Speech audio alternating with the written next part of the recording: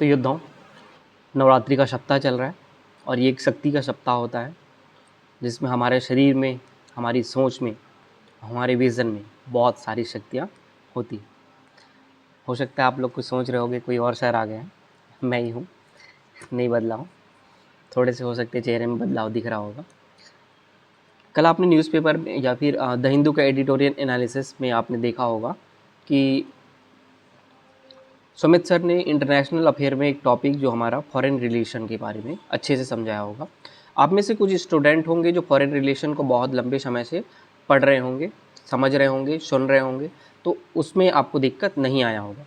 लेकिन आप में से बहुत सारे ऐसे लोग होंगे जो इन सब चीज़ों में इंटरेस्ट शुरू से नहीं लिए होंगे और आपको कोचिंग के दौरान या फिर पढ़ाई के दौरान इन सब चीज़ों से कभी मुलाकात हुई नहीं होगी। तो तभी आपकी समस्या आती है पेपर नंबर 7 पार्ट 2 में और एशिया वाले चैप्टर में।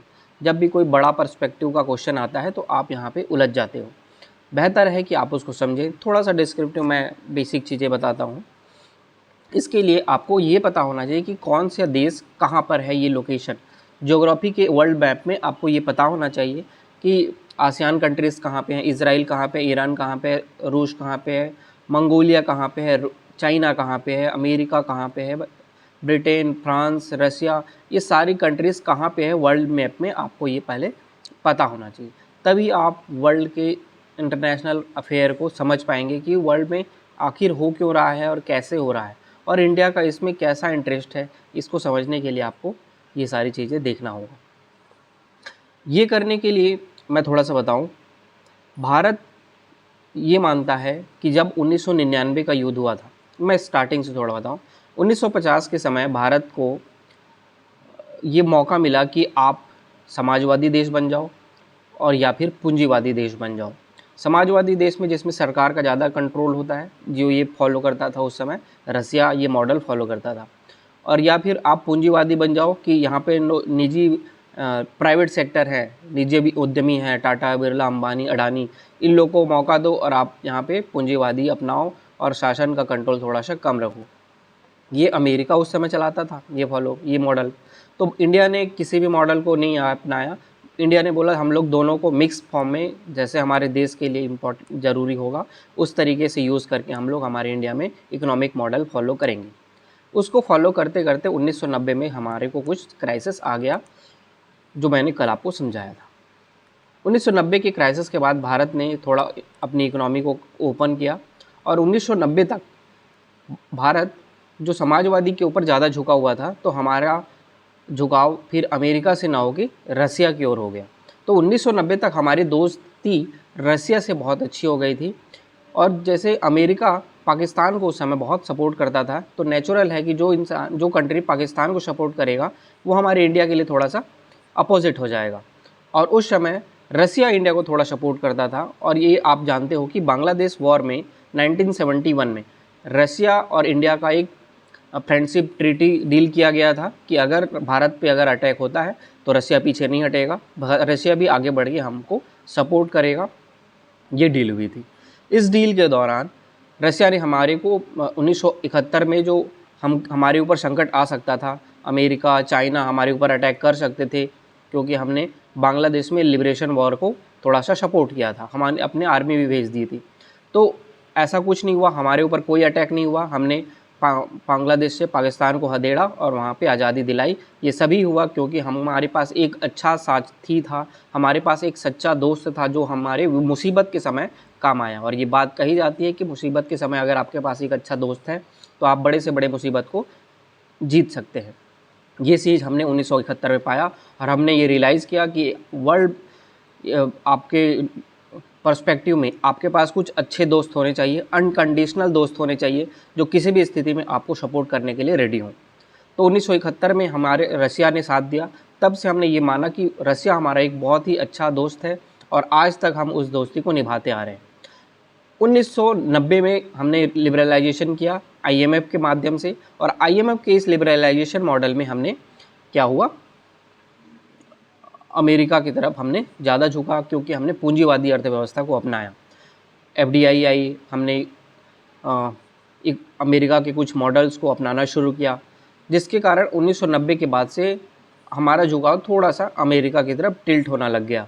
अब हम लोग फिर जो कि 2008 तक बहुत अच्छा दोस्ती हो गई हमारी, जो 2008 में हमने इंडिया उस समय बराक ओबामा ने मनमोहन सिंह के साथ एक साइन किया था कि न्यूक्लियर डील साइन किया था। बिना एनएसजी के मेंबरशिप के हमको का न्यूक्लियर एनर्जी के लिए जो ये चाहिए था कच्चा माल यूरेनियम वगैरह, उसकी सप्लाई मिलनी शुरू हो जाएगी और हमारे यहाँ जो एनर्जी प्रोडक्शन किया जाता है यूरेनियम के माध्यम से, उसके लिए हमको अबाधित रूप से न्यूक्लियर सप्लाई शुरू हो गई।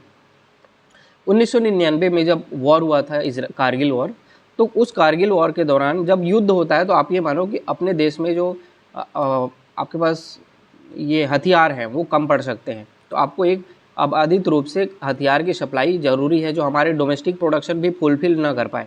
तो ऐसा देश जो आप जिनके पास हथियार स्टॉक में है तो वो आपको हथियार दे सके। तो इसी कंडीशन में हमको इज़राइल ने हेल्प किया था। इज़राइल ने अनकंडीशनली बिना कुछ शर्त के हमको सपोर्ट किया था 1999 के वॉर में। तो हम लोग वहाँ पे भी थोड़ा सा आगे बढ़े और हमने वहाँ पे भी जीत दर्ज की। तो ऐसे कुछ घटनाएं हुई जिसमें भारत को एक अच्छे अनकंडीशनल दोस्त मिले, जिसमें 1999 में हमने इज़राइल को भी पाया। तो हमने इज़राइल और रसिया को इस तरीके से अपना विपरीत कंडीशन में दोस्ती के साथ पाया, तो हमने इनको अपना दोस्त माना। इसी दौर में जब हम लोग आगे बढ़ते गए और आज हम लोग ऐसी स्थिति में हैं कि हमारा अमेरिका के साथ भी बहुत अच्छा संबंध है, रसिया के साथ तो है ही है, और चाइना और पाकिस्तान के साथ हमारा बॉर्डर डिस्प्यूट है। तो ये कारण हुआ कि पाकिस्तान और चाइना ये हमारे थोड़े से दुश्मन हो गए। वर्ल्ड आप मैप देखोगे तो चाइना का दोस्ती अब बढ़ते जा रहा है रसिया के प्रति। रसिया में सैंक्शन लग गया है। सैंक्शन का मतलब होता है, अगर यूनाइटेड नेशन ने सैंक्शन लगाया है, इसका मतलब होता है उस देश के साथ व्यापार लेन देन नहीं कर सकते आप। तो रसिया की जो इकोनॉमी है उसमें बहुत बड़ा कंट्रीब्यूशन होता है ऑयल का, नेचुरल गैस का, ये सारी चीज़ों के बहुत रिजर्व हैं उनके पास, और इन सब को बेच के वो बहुत पैसा कमाता है। चाइना के पास ये ज़रूरत है कि उनकी इतनी बड़ी आबादी को जो गैस चाहिए, तेल चाहिए, पेट्रोल चाहिए, उनके पास उत्पादन होता नहीं है, तो इनकी डिपेंडेंसी है दूसरे कंट्रीज़ के साथ। तो चाइना के साथ रसिया का बॉर्डर है और वो उनके साथ डील किया कि $500 बिलियन का हम लोग आपसे तेल और गैस खरीदेंगे। तो अगर किसी की इकोनॉमी में कोई कंट्री इतना बड़ा का ट्रेड अगर लेता है तो नेचुरल है कि पाकिस्तान मतलब चाइना रसिया का दोस्त बनेगा ही बनेगा। अगर चाइना रसिया से इतना बड़ा तेल खरीद रहा है, वो भी उस वक्त में जब रसिया के ऊपर सैंक्शन लगे हुए हैं और उससे कोई भी तेल या कुछ भी सामान नहीं खरीद रहे हैं, तो चाइना ने आगे बढ़ते हुए उससे सामान खरीदा। ये विपरीत कंडीशन में चाइना हो गया क्या, रसिया का दोस्त। और चाइना को हम लोग अपना दुश्मन मानते हैं और रूस को हम लोग अपना दोस्त मानते हैं। तो रूस और भारत जो एक दूसरे के दोस्त हैं, एक ऐसे अलाई में जुड़ गए जिसमें चाइना हमारा दुश्मन है लेकिन रसिया का दोस्त है। उसी तरीके से पाकिस्तान जो है वो चाइना का बहुत बड़ा दोस्त है, बहुत अच्छा दोस्त है। उनका चाइना इकोनॉमिक कॉरिडोर चल रहा है, सीपैक चल रहा है और बॉर्डर रोड इनिशिएटिव चल रहा है, बेल्ट एंड रोड इनिशिएटिव चल रहा है। तो ये सारी इनिशिएटिव के तहत बहुत बड़ा इन्वेस्टमेंट चाइना का पाकिस्तान के ऊपर है। तो इन सब चीज़ों को देखते हुए चाइना और पाकिस्तान बहुत अच्छे दोस्त बन जाते हैं। तो जब चाइना और पाकिस्तान दुश्मन दोस्त बन गए तो हमारे लिए थोड़ा सा खतरा हो जाता है, और हमको एक भविष्य में एक बड़े खतरे को टालने के लिए हमको एक अच्छे दोस्त की ज़रूरत होगी। जो अगर ऐसी हो गई, जैसे अगर हम लोग ये मानते हैं कि चाइना के साथ हमारा वॉर हो जाता है तो हमारा हेल्प करने के लिए रसिया नहीं आएगा, ये कन्फर्म है कि अगर हमारे साथ हो सकता है कि पाकिस्तान के साथ वॉर हो तो रसिया हमको हेल्प करे, लेकिन अगर चाइना के साथ अगर वॉर हुआ तो हमको रसिया हेल्प नहीं करेगा, क्योंकि वो चाइना का दोस्त है, तो हमको हेल्प थोड़ी करेगा। तो ऐसी स्थिति में जब चाइना के साथ हमारा वॉर हो तो हमको एक दोस्त चाहिए होगा जो चाइना का दुश्मन होगा, और यहाँ पे है कौन, अमेरिका। अमेरिका चाइना को अपना दुश्मन मानता है, तो चाइना के अगर वॉर हमारे साथ होता है तो अनकंडीशनली ये ऑब्वियस है कि रसिया नहीं लेकिन अमेरिका हमारी हेल्प ज़रूर करेगा। तो अमेरिका हमारी हेल्प करने के लिए आगे बढ़ सकता है, और इसीलिए हमने अमेरिका के साथ भी अपनी दोस्ती बढ़ाई और हमने एक क्वाड्रिलेटरल समूह बनाया जिसमें 4 देश एक साथ आए, और हिंद महासागर में हम लोगों ने अपनी एक मजबूत पैठ बनाने के लिए हर साल मीटिंग किए। जैसे अभी हमारे देश के प्रधानमंत्री अमेरिका गए थे क्वाड की मीटिंग करने के लिए। लेकिन मध्य एशिया में भी हमारे कुछ इंटरेस्ट है, वहाँ पे नेचुरल रिसोर्सेज होते हैं, यूरेनियम होते हैं, रसिया तक हमारी पहुँच बढ़ानी है, हमारी उनको ट्रेड बढ़ाना है। तो इसके लिए हमने एससीओ में अपनी मेंबर को दावेदारी को आगे बढ़ाया। ब्रिक्स के साथ हमने आगे बढ़ा।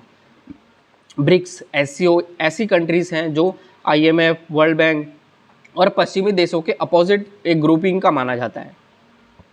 तो भारत ऐसी ग्रुप में भी है जिसमें रसिया भी है उसका दोस्त, लेकिन चाइना और पाकिस्तान जैसे दुश्मन भी उस ग्रुप में हैं। तो ऐसी ग्रुपिंग में भी इंडिया शामिल हो रहा है। तो ऐसी चीज़ें हैं जो आपको इंटरनेशनल अफेयर में चीज़ों को समझनी ज़रूरी है। इजराइल से हमारा संबंध कैसा है, यूएसए से हमारा संबंध क्या है, चाइना पाकिस्तान से कैसा संबंध है, ये सारी चीज़ें आपको समझना होगा। क्वाड का क्या रोल है, एससीओ का क्या रोल है, ब्रिक्स का क्या रोल है। अभी एससीओ के समिट के लिए हमारे फॉरेन मिनिस्टर पाकिस्तान जा रहे हैं, इसका क्या इंपॉर्टेंस है। ये सारी चीज़ें फॉरेन रिलेशन में बहुत अच्छा इंपॉर्टेंट रोल प्ले करता है। मैंने थोड़ा सा बेसिक चीज़ें समझाया, कल के आर्टिकल में सुमित सर ने बहुत अच्छे से समझाया। हो सकता है उसमें लिखने के लिए कुछ ना हो, लेकिन आपको समझना उसमें बहुत अच्छे से चाहिए। कल आज के करंट अफेयर में आपको एडीबी और आसियान के ऊपर मिला होगा कंटेंट। ये हमारे पेपर से 1 पार्ट 2 के लिए इंपॉर्टेंट होता है, और ये ज़्यादा कुछ लिखने मत बैठ जाना, बहुत सारी चीज़ें जो भी इसमें फाउंडेशन कब हुआ, मेंबर का मैं जैसे आसियान के बारे में बताया गया 1967 आसियान बना है। Association of south east Asian nation, full form पता है, कब बना ये पता है। इसका हेड क्वार्टर आपको पता होना चाहिए कि इंडोनेशिया की राजधानी जो जकार्ता है वहाँ पे आसियान का हेड क्वार्टर है। तो आसियान का हेड क्वार्टर इंडोनेशिया जकार्ता में है। कंट्रीज़ जो उनके 11 कंट्रीज़ हैं, इनके नाम आपको पता होना चाहिए। वर्ल्ड मैप में वो कहाँ कहाँ पे हैं इसके बारे में थोड़ा सा आपको आंखों से देखा हुआ होना चाहिए, बस इससे ज़्यादा और कुछ नहीं। इसके बाद थोड़ा एक आ रहा था एडीबी के बारे में, आसियान डेवलपमेंट बैंक। ये बना था आसियान से बनने से 1 साल पहले, 1966 में बना था, और इसकी भी हेडक्वार्टर आपको फिलीपींस की राजधानी मनीला में है, ये भी पता होना चाहिए। एशियन डेवलपमेंट 1966, हेडक्वार्टर कहाँ पे, फिलीपींस की राजधानी मनीला में। उसी तरीके आसियान के बारे में आपको पता होना चाहिए, कब बना, कौन से मेंबर है, हेडक्वार्टर कहाँ पे है, ऑब्जेक्टिव क्या है, बस उससे ज़्यादा और कुछ भी पढ़ने की ज़रूरत नहीं है। बाकी चीज़ें हम लोग पेपर नंबर 7 पार्ट 2 में थोड़ा सा कवर करेंगे। ये सारी चीज़ें आपको करना है। कल के लेक्चर में एक स्टूडेंट ने अपने भावनाओं को व्यक्त किया, लेकिन मैं पूरी तरीके से उनकी भावनाओं से सहमत नहीं हूँ। जब आप आते हैं लाइब्रेरी में, मैं आप लोग को सबों को जितना अपना समय दे सकता हूँ देता हूँ।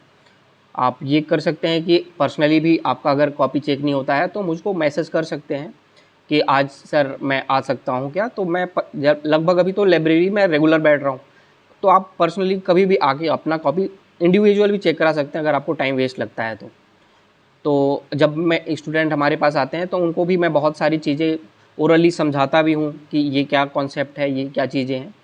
तो आप हो सकता है आउटर होंगे या फिर चीज़ों को नेगेटिव वे में लेते होंगे, लेकिन जितना आप मेरे साथ वहाँ पे लाइब्रेरी में समय बिताते हैं वो बहुत ही क्वालिटी टाइम होता है। बहुत सारी चीज़ें मैं सिखाने की कोशिश करता हूँ। अगर उनसे अवॉइड है तो आप पर्सनली भी कभी भी आ सकते हैं अपनी कॉपी चेक कराने के लिए। सिलेबस की बात है तो मैं बता दूं कि हम लोग एक भी दिन अभी तक रेस्ट नहीं किए हैं। 10 जुलाई से हमने स्टार्ट किया है, अभी तक 3 महीने आने को हैं। एक भी दिन हमने इस बीच में कभी भी अपने आप को रोका नहीं है कि आज भी एक दिन भी हमने मेहनत कम किया हो। रोज़ मेहनत कर रहे हैं, और हम लोग जितना भी चीज़ों को करने की कोशिश कर रहे हैं बहुत अच्छे से करने की कोशिश कर रहे हैं, ये हमारी प्लानिंग है। हम लोग ये कभी भी नहीं सोचते कि उसको करना है तो जैसे तैसे कर देना है। हो सकता है कि इस बीच हमारा सिलेबस लगभग 80% ही कवर हो, 20% रह जाए, लेकिन अगर आप इस बीच हमारे साथ जितना समय बिताए हैं 80% भी सिलेबस अच्छे से किया है तो आपने बहुत सारा चीज़ किया है, बहुत आगे आपने हुए हैं उन सब चीज़ से। तो बिल्कुल भी ये ना सोचें कि 100% करना हमारे लिए बहुत ज़रूरी है। 80% भी किए हैं, बहुत अच्छे से किए हैं, तो बहुत अच्छी बात है कि आपने इस समय को बहुत अच्छे से यूटिलाइज़ करके 80% सिलेबस को कवर करने की कोशिश किया। बाकी चीज़ें बिल्कुल भी घबराना नहीं है, मैं आपके साथ हूँ। जो भी चीज़ें हम लोग अच्छे से करेंगे। और शेड्यूल की ये बात है कि मैं थोड़ा सा बता दूँ कि आपको मैं 10 नवंबर तक मेंस में ज़्यादा हम लोग लेके आएंगे। 10 नवंबर तक ये टारगेट रहेगा। नेक्स्ट वीक, इस वीक तक आप ये मानो इकोनॉमी और पब एड खत्म हो गया। नेक्स्ट वीक से हम लोग क्या स्टार्ट करेंगे, ज्योग्राफी और हिस्ट्री भी स्टार्ट करेंगे। तो 10 नवंबर तक इन सब चीज़ों पे भी हमारी ख़त्म हो जाएगी। तो 10 नवंबर के बाद हम लोग पर डे मैं आपका 2 घंटा ही लूँगा और उसमें दर्शन शास्त्र ख़त्म करवाऊँगा, और 1 घंटा एक्स्ट्रा और लूँगा, उसमें समाज शास्त्र लूँगा। पर डे 3 आवर आपका मेरे लिए मेंस के लिए डेडिकेटेड रहेगा नवंबर के एंड तक। तो नवंबर के एंड तक मतलब 30 नवंबर तक आपको, 10 नवंबर तक तो मेंस हम लोग कर ही रहे हैं, और अगर आप हिस्ट्री कर रहे हो, ज्योग्राफी कर रहे हो, इकोनॉमी कर रहे हो, ये प्री में भी है और मेंस में भी है। तो आप अगर अभी कर रहे हो, इसका मतलब ये नहीं कि आप प्री नहीं पढ़ रहे हो, आप प्री भी पढ़ रहे हो, मेंस भी पढ़ रहे हो। 10 नवंबर के बाद 3 घंटा मैं डेली लूँगा, बाकी का जो आपका 11 घंटा बचता है, 12 घंटा समय डेली का, वो आप प्री के लिए देंगे। उसमें भी मैं आपको पूरी तरीके से हेल्प करूँगा। और 30 नवंबर तक हम लोग 3 घंटा वाला जो दर्शन और समाजशास्त्र है उसको कंप्लीट करने की कोशिश करेंगे 30 नवंबर तक। 30 नवंबर तक जितना सिलेबस होगा उतना ही सिलेबस हम लोग करेंगे। 10 नवंबर से 30 नवंबर का शेड्यूल मैंने आपको बताया। 30 नवंबर के बाद हम लोग एक भी मेंस के लिए नहीं करेंगे, सारा का सारा प्रीलिम्स ओरिएंटेड पढ़ाई करेंगे। जितना हो सका होगा उतना होगा, जो नहीं होगा उसके नोट्स आपको मैं दे दूंगा। इस तरीके से मैं सिलेबस को ख़त्म करने की कोशिश करूँगा। बाकी फरवरी तक हम लोग 10 दिसंबर, जनवरी और फरवरी, ये 3 महीना हम लोग पूरा का पूरा प्री में ही रहेंगे। इस पर एक भी बात हम लोग मेंस की नहीं करेंगे, पूरा का पूरा प्री करेंगे। जो भी टारगेट है, आज आपका इकोनॉमिक्स का टेस्ट होगा और आप पब ख़त्म करेंगे। बाकी आज आप पब ख़त्म करते हैं तो कल से हम लोग टेस्ट भी पब का लिख सकते हैं। बाकी दशहरा की मैं 2 दिन की हॉलीडे दूंगा। 12 को दशहरा है, 13 को छुट्टी करेंगे। 12 और 13 2 दिन की छुट्टी मैं करूँगा आपको। उसके बाद फिर 14 से कंटिन्यू करेंगे। बाकी दिक्कत नहीं है, अच्छे से पढ़ाई करिए, हंसी खुशी पढ़ते हैं, ठीक है। कल फिर मिलेंगे एक नए टारगेट के साथ। Thank you.